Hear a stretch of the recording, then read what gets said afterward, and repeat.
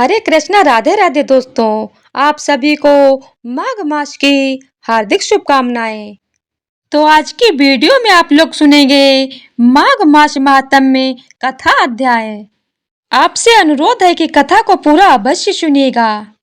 यदि आपने अभी तक चैनल को सब्सक्राइब नहीं किया है तो कृपया चैनल को सब्सक्राइब कर लीजिएगा ताकि आपको हमारे चैनल पर प्रतिदिन नियम से सुनने को मिलते रहें माघ मास महात्म्य कथा अध्याय।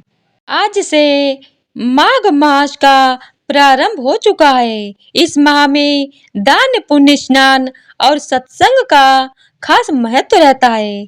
इसी माह से मांगलिक कार्य भी प्रारंभ हो जाते हैं।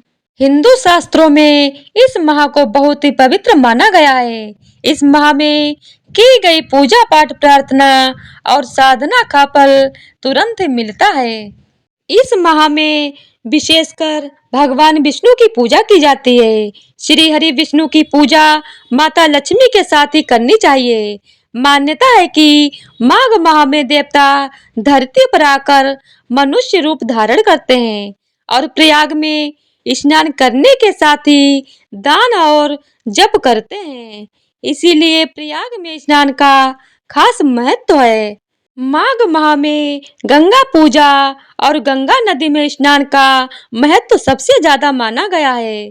पद्म पुराण में माघ मास के महात्म्य का वर्णन करते हुए कहा गया है कि पूजा करने से भी भगवान श्री हरि को उतनी प्रसन्नता नहीं होती जितनी कि माघ महीने में स्नान मात्र से होती है।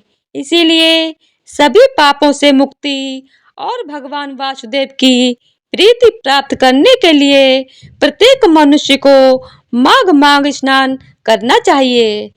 माघ माह में सूर्य देव उत्तरायण होते हैं। इस माह में रथ सप्तमी का त्योहार भी मनाया जाता है जिसमें सूर्य देव की पूजा होती है। माघ माह की शुक्ल पक्ष की सप्तमी को सूर्य सप्तमी, अचला सप्तमी, रथ आरोग्य सप्तमी इत्यादि नामों से जानी जाती है। शास्त्रों में सूर्य को आरोग्यदायक कहा गया है। इनकी उपासना से रोग मुक्ति आसान हो जाती है।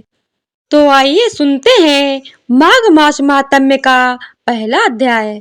एक समय श्री सूत जी ने अपने गुरु श्री व्यास जी से कहा कि गुरुदेव, कृपया करके आप मुझसे माघ मास का महात्म्य कहिए क्योंकि मैं आपका शिष्य हूँ। व्यास जी कहने लगे कि रघुवंश के राजा दिलीप एक समय के स्नान के पश्चात पैरों में जूते और सुंदर वस्त्र पहनकर शिकार की सामग्री से युक्त कवच और शोभायमान आभूषण पहने हुए अपने सिपाहियों से घिरे हुए जंगल में शिकार खेलने के लिए अपनी नगरी से बाहर निकले। उनके सिपाही जंगल में शिकार के लिए मृग, बाघ, सिंह आदि जंतुओं की तलाश में इधर उधर भटकने लगे। उस वन में वन स्थली अत्यंत शोभा को प्राप्त हो रही थी।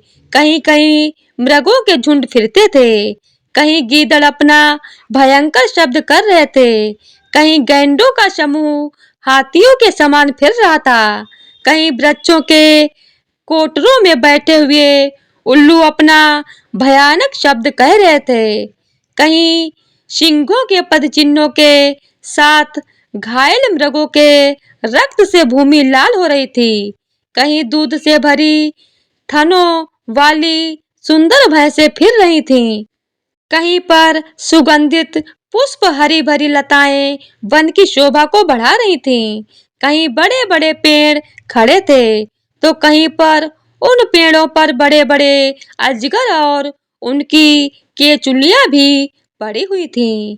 उसी समय राजा के सिपाहियों के बाजे की आवाज सुनकर एक मृग वन से निकलकर भागने लगा और बड़ी बड़ी चौकड़ियां भरता हुआ आगे बढ़ा।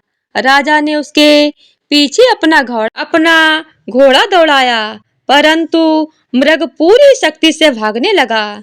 मृग कांटेदार वृक्षों के एक जंगल में घुसा और राजा ने भी उसके पीछे वन में प्रवेश किया, परंतु दूर जाकर मृग राजा की दृष्टि से ओझल होकर निकल गया।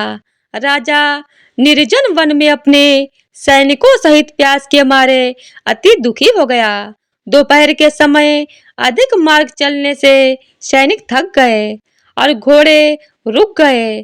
कुछ देर बाद राजा ने एक बड़ा भारी सुंदर सरोवर देखा, जिसके किनारों पर घने वृक्ष थे। उसका जल सज्जनों के हृदय के समान स्वच्छ और पवित्र था। सरोवर का जल लहरों से बड़ा सुंदर लगता था। जल में अनेक प्रकार के जल जंतु, मछलियां आदि स्वच्छता से इधर-उधर फिर रही थीं। दुष्टों के समान निर्दयी चित्त वाले मगरमच्छ भी वहां थे। किसी-किसी जगह लोभी के समान सीमाल भी पड़ी हुई थी। जैसे विपत्ति में पड़े हुए लोगों को दुखों को हरने वाले दानी पुरुष के समान यह सरोवर अपने जल से सबको सुखी करता था, जैसे मेघ चातक के दुख को हरता है। इस सरोवर को देखकर राजा की थकावट दूर हो गई। रात्रि को राजा ने वहीं विश्राम किया और सैनिक पहरा देने लगे और चारों तरफ फैल गए। रात के अंतिम समय में सूकरों के एक झुंड ने आकर सरोवर में पानी पिया और कमल के झुंड के पास आया। तब शिकारियों ने सावधान होकर सूकरों पर आक्रमण किया और उनको मारकर पृथ्वी पर गिरा दिया। उस समय सब शिकारी कोलाहल करते हुए बड़ी प्रसन्नता के साथ राजा के पास गए और राजा प्रभात हुआ देखकर उनके साथ ही अपनी नगरी की तरफ चल पड़ा, जिसका शरीर तपस्या और नियमों के कारण बिल्कुल सूख गया था, जो मृगछाला और कलकल पहने हुए था और नख रोम तथा केश धारण किए हुए था। राजा ने ऐसे घोर तपस्वी को देखकर बड़े आश्चर्य से उसको प्रणाम किया और हाथ जोड़कर खड़ा हो गया। तपस्वी ने राजा से कहा कि हे राजन, इस पुण्य शुभ माघ में इस सरोवर को छोड़कर तुम यहाँ से क्यों जाने की इच्छा करते हो? तब राजा कहने लगा कि महात्मन, मैं तो माघ मास में स्नान के फल को कुछ भी नहीं जानता।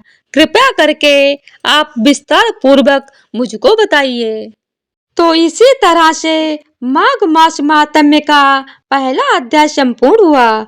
बोलिए जय श्री हरि। ओम नमो भगवते वासुदेवाय नमः। विष्णु भगवान की जय हो। तो आज की वीडियो अगर आप लोगों को पसंद आई हो तो वीडियो को लाइक, शेयर और चैनल को सब्सक्राइब कर दीजिएगा।